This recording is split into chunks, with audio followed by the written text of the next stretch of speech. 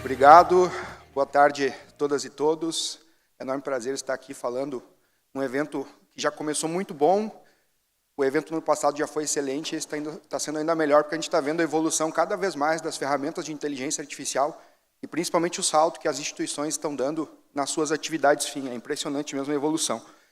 E me coube falar sobre letramento digital, e é bem interessante quando a gente começou a falar sobre inteligência artificial nos eventos, a gente falava muito sobre tecnologias, as tecnologias estavam chegando e a capacitação e o letramento não eram tão abordadas, e hoje é uma realidade.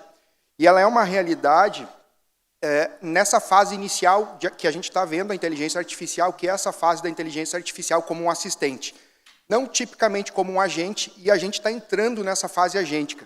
A inteligência artificial agêntica ela já é uma realidade, e eu acho que nos próximos meses as instituições do sistema de justiça vão ter os seus agentes, e nós, profissionais do direito, a gente vai precisar estar capacitado para trabalhar também com agentes. Porque a forma de trabalhar com um agente, ela é completamente diferente da forma de tu trabalhar com um assistente. Por que eu digo isso para vocês, e por que eu acho que esse é o próximo passo que as instituições do sistema de justiça, elas têm de estar extremamente capacitadas e preparadas. Eu estou na atividade fim, então eu consegui criar um agente para mim. Lá na atividade fim, eu estava com muito trabalho, utilizando o Cloud Code, eu não sei programar. O que eu fiz? Para ter uma ideia, por que o profissional do direito ele é importante. Eu abro um Chrome no meu navegador, eu faço login no eProc e no portal da Defensoria Pública. Depois desse login, eu utilizo uma IA open source, ela está numa nuvem fechada, não tem transição de dados para fora nem para dentro, então é bem seguro. O que essa ferramenta faz? Ela olha minhas intimações, o que ela consegue triar, ela já tria, já minuta, ela entra no portal da Defensoria, faz essa configuração. O que ela não consegue minutar e depende de contato, ela cria uma tarefa para a minha equipe. E aí, se é complexo, ela tem uma regra que ela precisa criar essa tarefa para o meu assessor, se é simples, é para o meu estagiário, se eu preciso uma certidão, é para a técnica, para ela pegar essa tarefa, e esse agente ele vai criando tarefas. Hoje, quando a minha equipe minuta uma peça, o agente ele faz uma revisão. Ele vai lá, ele olha os atendimentos no portal da Defensoria Pública, ele lê os atendimentos no portal da Defensoria Pública, ele olha os documentos e ele cruza essas informações, e ele vai me gerando peças. Eu chego de manhã cedo, aqui está uma tarefa que ele criou para mim. Tudo que é urgente, ele precisa criar para mim essa tarefa. Então, de manhã cedo, eu chego lá no meu sistema, tem tipo de intimação, tudo com a IA. É uma sentença de extinção de coisa julgada, porque ela repete o processo número tal, e o que eu preciso decidir? Se eu vou minutar um recurso nominado, tese rebus sic stantibus, ou com laudos supervenientes, porque os laudos são depois, ou se eu vou aceitar a instrução. Automaticamente a IA cria o prazo e ela vem para mim, porque eu criei essa regra. O que mais que ela fez ali para mim? Alguns casos bem interessantes. Por que é importante a capacitação? Porque o agente, não tem como tu ter um agente genérico. Todos os profissionais que quiserem ter um agente específico na sua rotina, eles vão precisar criar as regras desse agente. O meu agente, ele não sabe para quem ele precisa criar as tarefas do processo de medicamento. Eu tive que dizer para ele quem é o meu assessor. O meu agente, ele não sabe como eu escrevo, ele não sabe do que eu gosto. Ele não sabe como trabalhar se eu não der o meu ritmo de trabalho. Então, por exemplo, lá nas minhas ações de saúde, fase de provas, o que o agente precisa fazer? Ele precisa olhar o laudo no Notijus e ver se esse laudo é procedente ou improcedente. Aí ele vai adotar uma conduta. Daqui a pouco, no Ministério Público, um agente para fazer denúncia. Olha, o promotor X, ele quer rolar delegado, em que tipo de crime? Então, tu vai ter que ir treinando aquele agente, assim como numa sentença de medicamento, e tu vai alimentando esse agente com regras. E se tu não entender como funciona a inteligência artificial nessa primeira fase, que é essa primeira fase mais simples, de subir uma peça processual e minutar uma apelação, se tu não entender como isso funciona, tu não vai conseguir conversar com o teu agente para fazer esse fluxo avançado. E, para mim, o grande ponto da inteligência artificial, eu acho que é quando vai ser a grande virada de chave, por assim dizer, é quando todas as instituições tiverem os seus agentes definindo fluxos. Porque não tem por que eu, como defensor, ter que olhar um processo de medicamento e ver que é uma réplica para mandar para a minha equipe. Porque e quando eu faço isso, eu simplesmente crio uma tarefa e coloco lá, réplica, e coloco para o meu assessor. A ferramenta de inteligência artificial, ela faz mais ou menos o seguinte. Deixa eu voltar aqui. Ela faz o que eu preciso, o que eu preciso fazer, o que a minha equipe precisa fazer. Ela pega muitos detalhes que eu não consigo pegar. E aí tem muitos casos interessantes, tipo esse caso aqui. Era simplesmente uma intimação de uma audiência. Eu estava na substituição, caiu no agente, a equipe tinha minutado uma petição de ciente, aí o agente me criou uma tarefa. Achei estranho. Olha, revisar a peça tal antes da aprovação. As duas certidões do evento 13 designam a data de mediação para 17 de 2026. Contudo, o início da carta de citação e intimação expedida ao réu informa 7/10. Então, a IA viu que lá numa carta de intimação do Sejusc, tinha a data de 2017 em vermelho e uma data de 2026 em azul. Aí ele criou uma tarefa para mim. E isso era antes, na primeira fase desse meu agente, porque eu não deixava ele corrigir peça da equipe. Ele tinha que entregar para mim. Hoje ele já corrige a peça e já faz a alteração. E o mais interessante é que nesse fluxo, ele consegue entregar para mim um relatório de tudo que ele mudou por pessoa. Então eu tenho lá, assessor X, mudei 5 peças, mudei isso, ele tem o antes e o depois, eu entrego para a equipe. Só que toda essa personalização, a gente só vai ter essa personalização se a gente conseguir capacitar, e capacitar de verdade, porque o usuário, ele não vai mais ser um usuário que simplesmente vai apertar um botão, porque os nossos usuários geralmente querem ferramentas de IA que vai apertar um botão e vai produzir uma peça. Mas se nós quisermos dar o próximo passo, que é na IA agêntica, a gente vai precisar entender como funciona a IA agêntica, por que eu preciso criar regras para uma IA agêntica para saber exatamente como ela funciona. Por exemplo, eu expliquei para a minha IA agêntica que sempre que uma peça tiver escrito conforme documento em anexo, ela tem que ir na configuração da peça e ver se o documento está anexado. Se o documento não está anexado, ela vai lá anexar. Eu também mencionei lá para a minha IA que lá no meu sistema tem um menu prioridade. E sempre que tiver algum tipo de prioridade, e mencionado numa petição inicial, ela tem que ver se está marcado o tipo de prioridade. Se não está, ela vai lá, marca e ela não me avisa nada. Simplesmente ela vai trabalhando de forma agêntica. E aí tem vários... Assim, o treinamento dessas ferramentas, ela depende muito do usuário, mas é muito simples, porque tu precisa criar regras. A IA ela começa a minutar o processo de execução de alimentos. Aí no processo de penhora ela pede a prisão. Aí tu fala, olha, tu tem que olhar a inicial para descobrir o rito. Tu não pode olhar só o último despacho e me pedir a prisão ou a penhora. Então tu vai criando regras e vai melhorando essa ferramenta. Até antes da palestra eu fui ver ali com quantas regras ela estava com 42 páginas de regras. Mas são todas regras jurídicas, que qualquer usuário consegue conversar com ela. Porque depois que tu cria esse arquivo, que é um arquivo MD com as tuas regras, ela não erra mais. E esse que é o grande passo. Dá muito trabalho para te criar, mas o trabalho que tu tem, o ganho de trabalho que tu tem depois, ele é gigantesco. Então eu acho que assim, a gente precisa olhar para a capacitação já nessa fase inicial, mas eu acho que se as instituições elas quiserem caminhar para a fase agêntica, elas precisam capacitar ainda mais os seus profissionais. Porque é bem interessante, porque eu participo de diversos treinamentos do JX e a gente vê que o nível de usuário ele ainda é iniciante. Isso é normal, porque a gente é uma tecnologia nova que mudou a nossa forma de trabalho, mas eu acho que se a gente não tiver essa capacitação contínua do que é uma inteligência artificial, como é que eu converso com ela, por que ela gera uma resposta, coisas básicas, as instituições não vão conseguir dar esse pulo seguinte para a fase agêntica, que é, para mim, a fase que faz diferença. E é bem engraçado que quando a gente vai trabalhando com essas ferramentas, teve uma noite ali que ela estava trabalhando e ela falou assim, olha, eu vou parar porque chegou de noite, amanhã de manhã eu continuo. E eu, olha, não, tu tem tokens, tu pode ficar trabalhando, então tu vai insistindo, porque parece que ela tem travas, no sentido de as ferramentas, elas terem...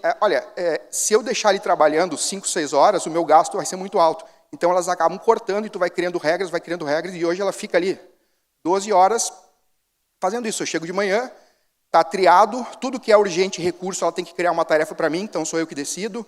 Então são vários fluxos que os usuários vão ter que ficar conversando com essas ferramentas, e eu acho que assim, não tem como tu simplesmente a instituição entregar um agente, porque vários gabinetes, eles são diferentes.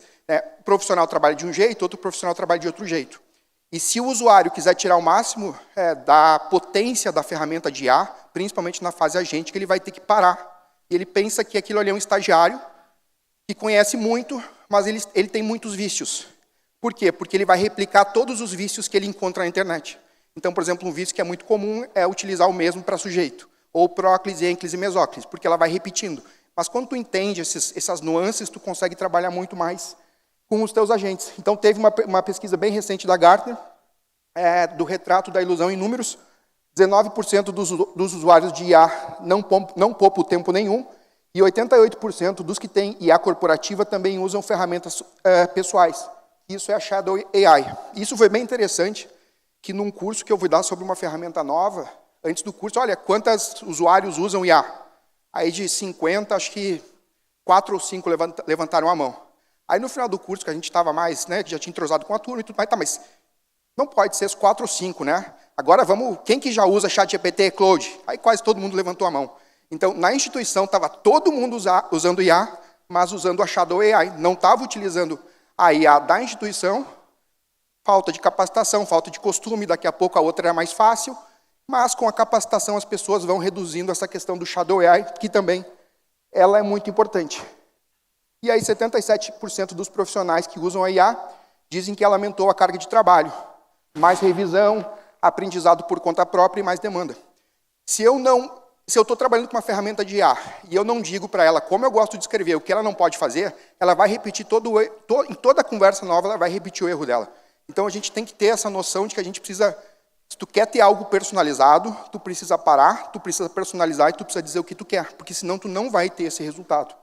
Então a capacitação ela fica ainda mais forte.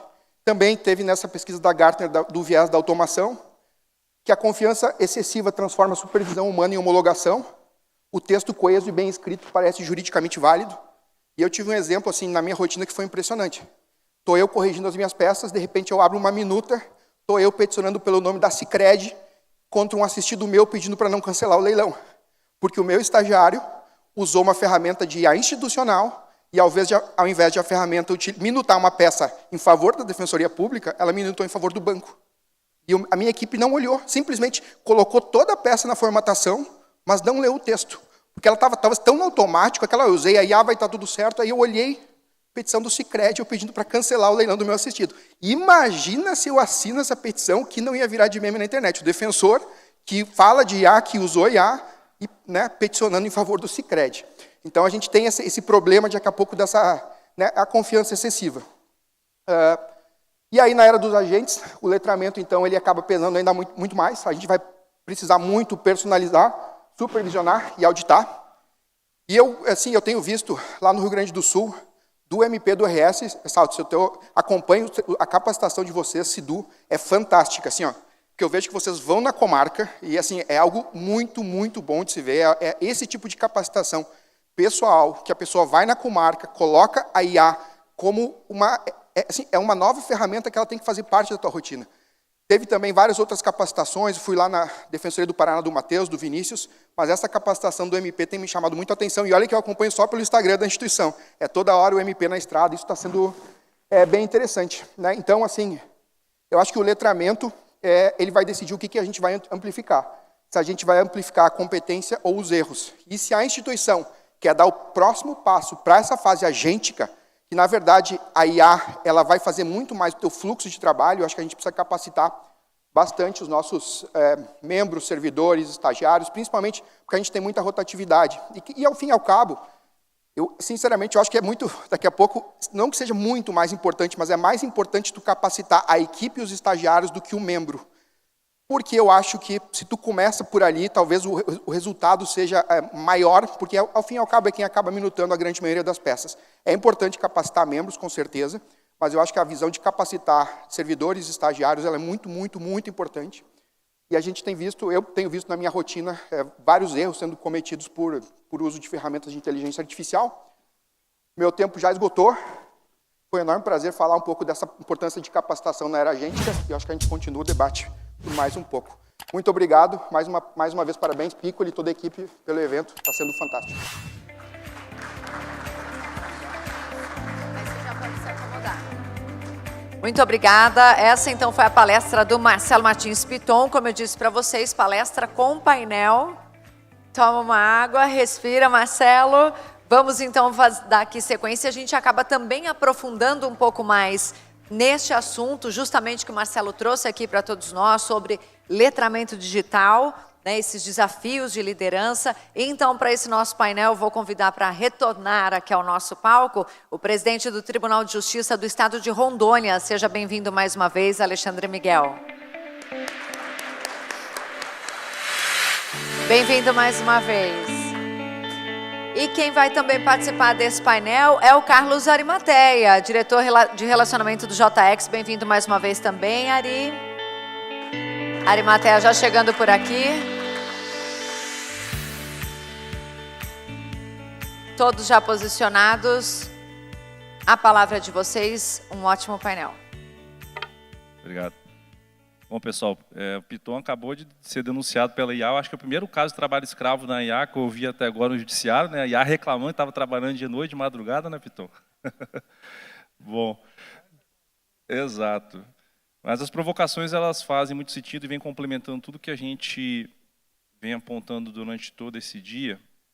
E essa parte é uma parte que é muito cara a nós, JX, que é essa parte, de fato, da capacitação, do letramento, ela é muito relevante.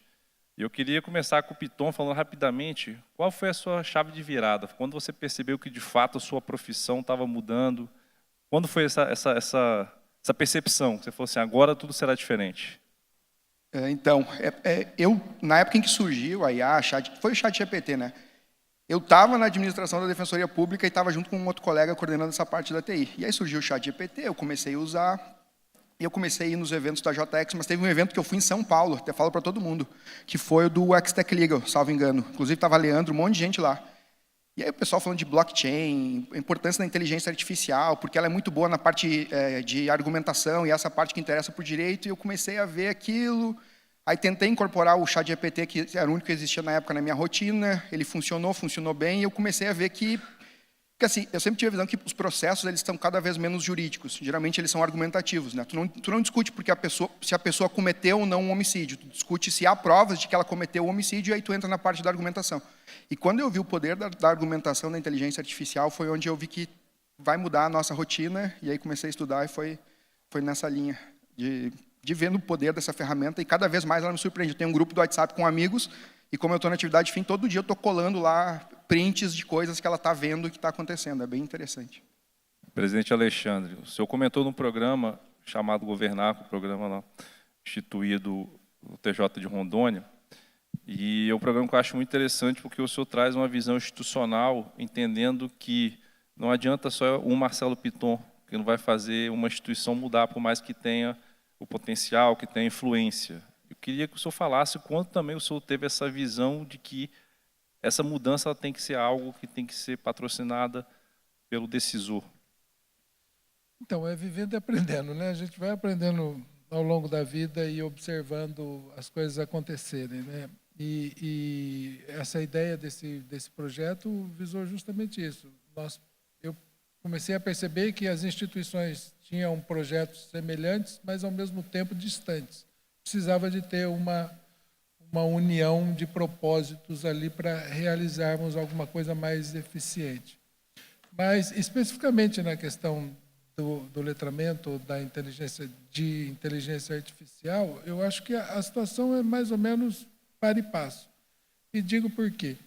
Fiquei muito feliz no painel anterior, quando eu vi uma parte da cúpula do Ministério Público aqui reunida, e todos falando mais ou menos o mesmo tom e a mesma linguagem. E digo muito francamente que eu sinto a ausência de muitos da magistratura ou do Poder Judiciário aqui neste evento. E por que digo isso? Porque na questão do letramento, se você não tiver a sensibilização da cúpula, você só está fazendo certificações numéricas dos seus magistrados e servidores. Só vai servir para você aumentar uma estatística numérica, mas você não tem a percepção exata de se aquele conhecimento está realmente chegando. Porque é justamente pela cúpula que você tem que planejar e fazer a ideação das atividades da inteligência artificial. Os contratos, hoje em dia, é tudo uma sequência de atos que são realizados pela equipe técnica e que o gestor praticamente não tem uma noção básica daquilo. O gestor não tem a noção básica, os outros também vão utilizar sem ter essa noção. Engraçado, agora, recentemente, uma pesquisa americana foi feita aqui com 502 magistrados, mas poucos responderam, 100 e pouco responderam, e desses 100 e pouco que responderam a pesquisa, praticamente a metade disse uma coisa muito relevante. Eles informaram que não tiveram treinamento de IA pela administração do seu tribunal. Ou seja, Está todo mundo vivendo na clandestinidade, o que isso é muito ruim. Então, nós precisamos ter essa visão do todo para poder entender as partes. Como é que a magistratura está trabalhando com isso se não há uma governança intensa e na questão do letramento idem com relação à utilização da inteligência artificial? Então, eu vejo mais ou menos essa visão. Posso estar sendo um pouco míope, né? Ou tendo uma visão... Eu sou astigmático, o cara que tem astigmatismo, ele vê uma imagem desfocada da realidade, por isso que eu uso óculos. Então, talvez eu esteja vendo essa imagem desfocada, mas a realidade que eu enxergo é justamente essa. Ótimas considerações. Piton, você chega na instituição, normalmente, quando a adoção de uma solução, como foi dito pelo presidente, não está sendo, de fato, alcançada. Nós já participamos de projetos em conjunto, só para os senhores terem uma dimensão de uma instituição que ela possuía uma solução oficial e menos de 20% das pessoas estavam utilizando. Menos de 20%. Cada 10 servidores, apenas 2 utilizavam a solução. Ainda é assim, Piton? Ainda se encontra muito disso?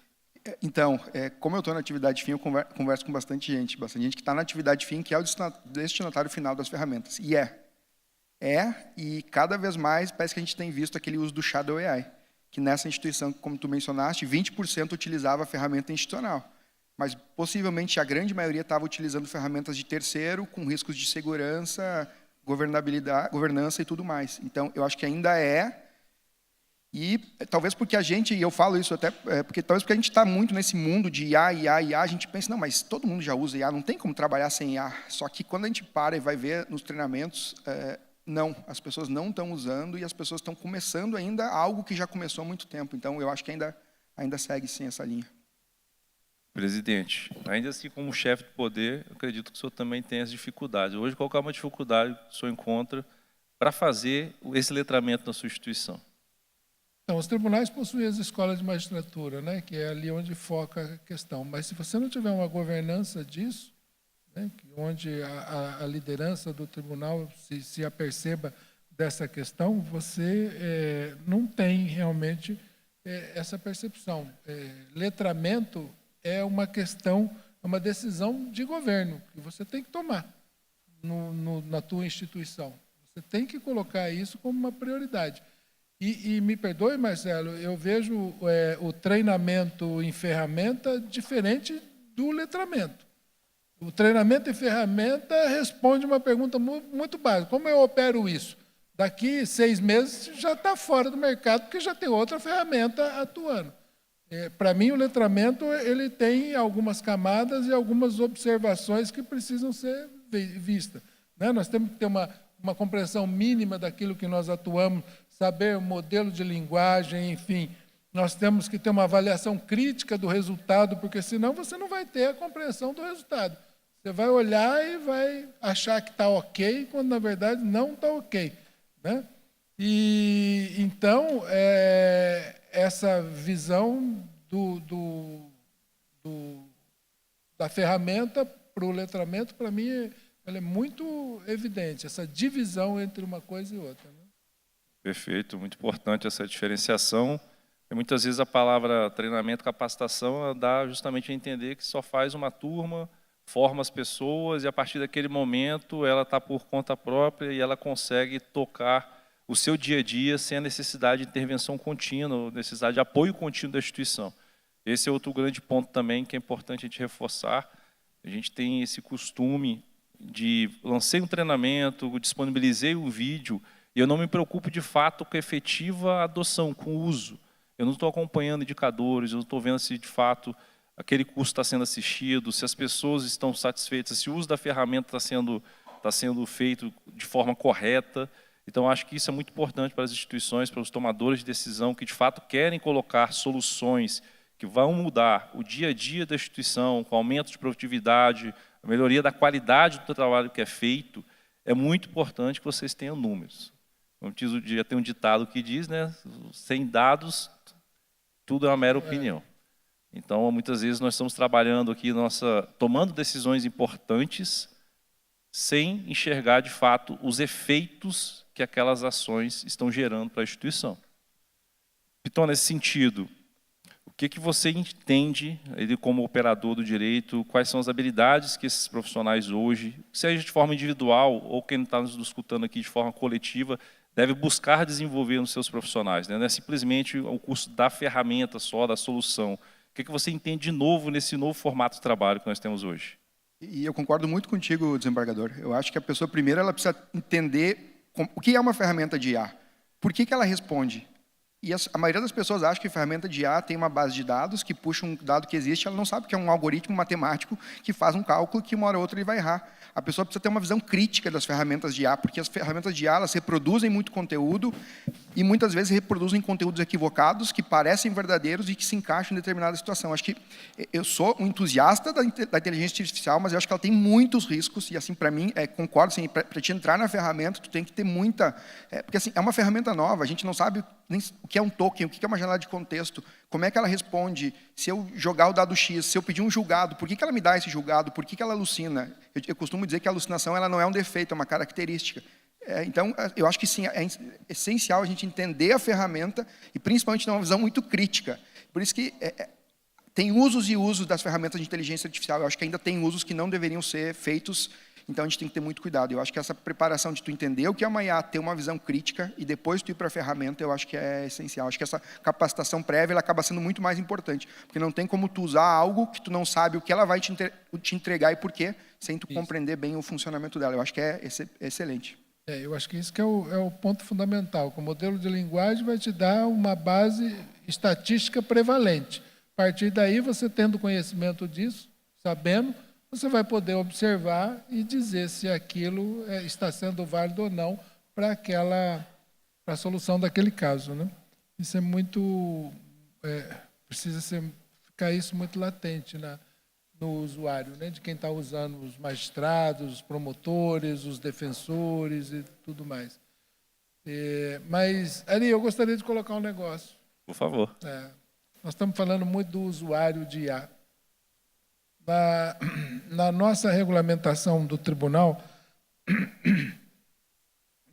de Justiça, nossa política de uso, a gente criou um negócio que eu observei com muito interesse, que é prever o enquadramento para aqueles que manifestem o desejo de não utilizar IA. Porque nós estamos falando muito de IA em gestão por competência e tudo mais. Mas nós estamos deixando de lado aqueles que não querem ou não podem, ou sabemos que eles não vão atingir algum objetivo trabalhando com IA. E lá no tribunal existem muitos casos? Então, nós estamos ainda engateando, isso consta no nosso plano tem um plano de inclusão digital, né, com vários princípios e tudo, mas nós não podemos esquecer daqueles que não terão aptidão para trabalhar com IA. Perfeito, faz total sentido. O papel da instituição é abarcar todos esses casos e fazer uma curva de fato de capacitação, de adoção, de desenvolvimento de habilidades, quando for possível. Passamos isso lá atrás, quando o processo saiu do físico para o eletrônico. Eu lembro que durante a fase de implantação lá no Tribunal de Justiça do Espírito Santo, e nós íamos às unidades judiciais e muitos magistrados e alguns servidores falando que se implementasse lá o sistema, eles iam aposentar no outro dia. E isso eventualmente aconteceu em diversas unidades, não foi mentira. Eu presenciei diversos casos que, uma semana após, o juiz ou o servidor entrou com o pedido de aposentadoria. Então, eu acho que pode ser que nós estamos passando por uma nova onda dessa, de realmente pessoas que não vão se adaptar, mas, da mesma forma, a realidade os números que o senhor trouxe mesmo hoje pela manhã, 40,9 milhões de novos processos no ano passado. Por mais que nós baixamos os números de processos, também foi um recorde de entrada de novos processos, e isso hoje, com a tecnologia, ela é utilizada por todos. Então, advogados, os grandes escritórios vão continuar utilizando essa tecnologia de uma forma que vai aumentar cada vez mais o número de processos. Essa é a tendência, é o que vem acontecendo. E o judiciário, como todo, precisa estar preparado também.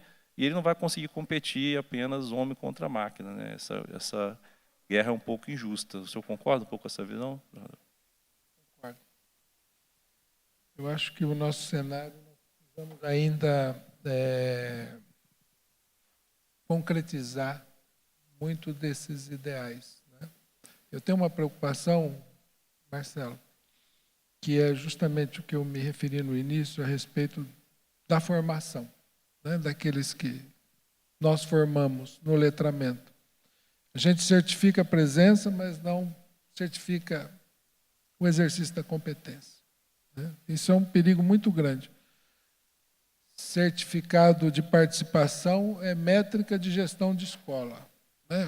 Emitir tantos certificados, mas não mostra maturidade institucional alguma com relação a isso.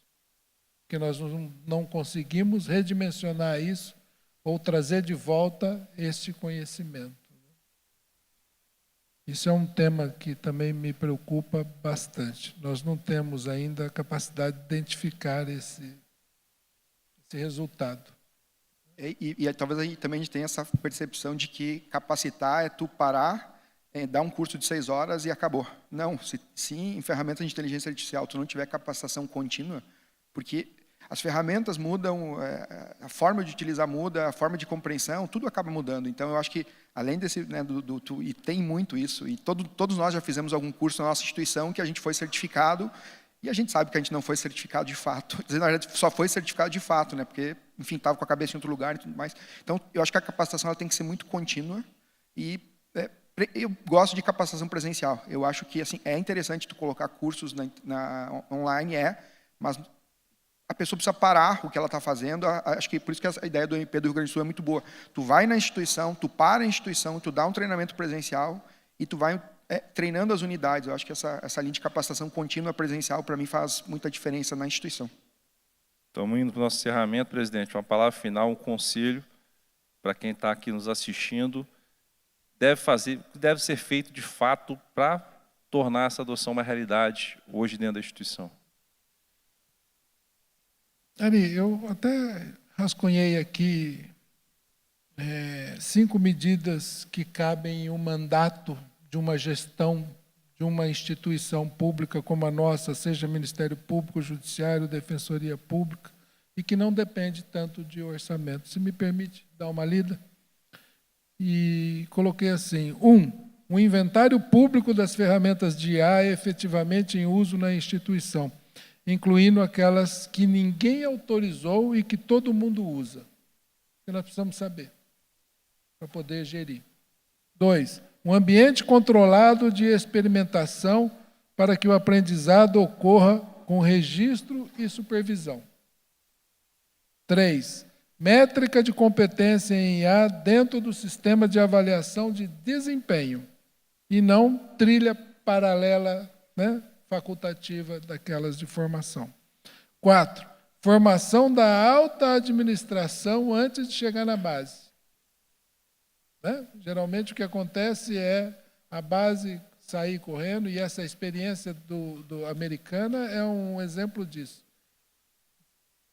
Metade dos entrevistados, magistrados entrevistados, usam o IA, mas nunca tiveram nenhum apoio da sua instituição para isso daí.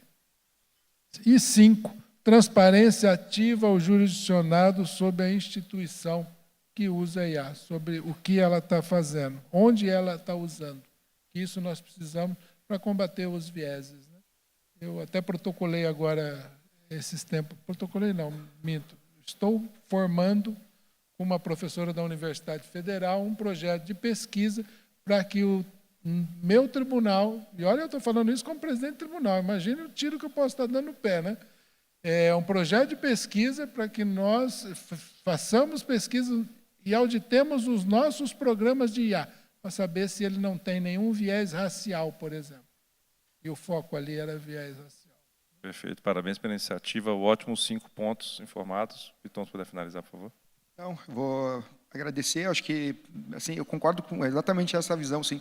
Tem que ser uma capacitação de verdade, não dá para ser uma capacitação para simplesmente fazer o checkbox na normativa do CNJ, porque tu vai preencher o requisito, mas a tua instituição vai sofrer no futuro. Então, eu concordo com essa capacitação contínua, achei muito interessantes ali os 5 objetivos, principalmente essa de saber o que as pessoas estão utilizando, que não é da instituição, até para daqui a pouco a instituição traz para dentro, sabe? Porque isso pode acontecer, então eu achei bem interessante, principalmente. E assim, é muito fácil, né? A equipe da TI bota o usuário, ela consegue ver tudo que aquele usuário acessou aquele dia. Então, assim, em um dia, se tu jogar esse dado no cloud, ele vai te dar uma tabela de todos os sistemas, e aí tu conseguiria evoluir. Então, mas foi um prazer, obrigado, desembargador, Arimatea, foi um prazer. Desembargador, só por uma curiosidade, dentro do projeto Governar, qual que é a relevância que o senhor entende do assunto de preparar as pessoas, as habilidades das novas pessoas, para esse futuro que o senhor enxergou de colaboração entre as instituições? Então, esse programa, o Governar, ele tem, na verdade, 5 eixos temáticos que nós iniciamos com eles, né? São alguns assuntos que nós reputamos prioritários, que é violência doméstica, infância e juventude, execução penal, e cada uma dessas instituições, desjudicialização e conciliação, cada uma desses temas ficou como relator uma dessas instituições, mas trabalhar com as demais. Então, o que nós estamos fazendo é sentando a essas instituições, por exemplo, violência doméstica, mapeando o que nós temos de dado, de que cada uma dessas instituições tem de dados, verificando o que cada uma dessas instituições tem no seu plano de gestão, verificando o que cada uma dessas instituições tem no seu orçamento destinado a isso, para fazer um esforço concentrado e dirigido num objetivo único. Porque senão cada um fica trabalhando aleatoriamente a isso. E utilizamos a questão da tecnologia de forma transversal, sempre atuando. O desejo é que ela acabe atuando em todos esses 5 eixos. E não à toa que nós fizemos lá, foi o primeiro JX fora de São Paulo, foi realizado lá. Não é isso, Johnny? Johnny está aqui comigo, é o meu juiz auxiliar, foi vice-diretor da Escola da Magistratura junto comigo, né, que nós conseguimos realizar, levando os JX e colocamos essas 5 instituições nas mesas, né, reservamos vagas para todas elas, para justamente ter essa visão de governança compartilhada, mas com busca numa eficiência única. Perfeito, e essa turma realmente nós realizamos lá em Rondônia com as 5 instituições, é um trabalho integrado, nós fizemos uma formação das lideranças, aconteceu lá na escola, e realmente é uma visão diferenciada, unir todos os órgãos do Estado em prol do mesmo propósito, sabendo que cada um tem a sua relevância, a sua participação dentro desse contexto do ecossistema de justiça, é algo realmente diferenciado. Queria dar os parabéns ao senhor novamente por essa iniciativa. E, Piton, queria fazer uma provocação. Então, você é o grande instrutor de IA, um dos especialistas do JX no assunto, muitos anos trabalhando nessa frente. Como você enxerga a instituição do futuro, daqui a 5 anos, uma instituição que soube de fato usar a IA, fazer a adoção da IA a seu favor e outra que não? Faça um comparativo para a gente. Então, eu acho que o grande ponto vai ser esses agentes de fluxos de trabalho. Por exemplo, eu vou parar de ter que olhar aquele processo e ver que é um processo de réplica e vou parar de dizer para o meu assessor o que ele vai precisar fazer. Um agente vai fazer isso para mim. Acho que todos nós vamos ter o nosso agente que vai cuidar da nossa rotina. Ele vai me entregar tarefas com o que é mais urgente. Eu não vou precisar olhar uma intimação por uma para saber o que é urgente. Então, eu acho que todo esse fluxo, que ele é muito manual, ele vai ser automatizado com um agente de IA e não simplesmente uma automação que não entende o que está acontecendo ali. Ele vai ser um agente de IA que vai entender toda a nossa rotina e o nível de personalização, para mim, vai subir cada vez mais. E o interessante disso é que esses agentes eles não entram na parte decisória, porque a decisão acaba ficando comigo. Sempre que tem um recurso, alguma outra coisa, ele tem que criar uma tarefa para mim e ele não se manifesta. Então, eu acho que o futuro é esse. As pessoas vão ter seus agentes de IA e por isso que eu acho que é muito importante que as pessoas compreendam como funciona a inteligência artificial minimamente para poder trabalhar com esse ganho da IA, que eu acho que para mim esse ganho inicial que a gente teve não vai se comparar ao ganho que a gente vai ter com os agentes, porque aí para mim é onde vai acelerar bastante. Perfeito. Os eventos é um grande momento da gente aprender um pouco mais, trocar essas experiências, conhecer um pouco a respeito desses projetos. Em especial o Expo Jute vai acontecer 6 a 8 de outubro, nós temos lá mais de 20 salas de treinamento, treinamentos acontecendo de forma simultânea, então gostaria de convidá-los também a enviar representantes, caso vocês não possam participar, caso vocês não estejam presentes, ou mesmo que estejam presentes no evento, abram para o seu time e enviem as pessoas para lá para poder, de fato, entender, ter contato com outras instituições, com outros colegas e ter acesso, como, por exemplo, o próprio Marcelo Piton, é um dos instrutores. Então, essas turmas do ano passado foram um sucesso. As pessoas foram muito impactadas, saíram com a nova visão de como usar essas tecnologias no seu dia a dia. Então, gostaria de convidá-las mais uma vez, reforçar o convite, pedir à produção para passar novamente o vídeo do Expo Jude Congresso, reforçando o nosso convite. Muito obrigado, presidente Alexandre, muito obrigado, Marcelo Piton.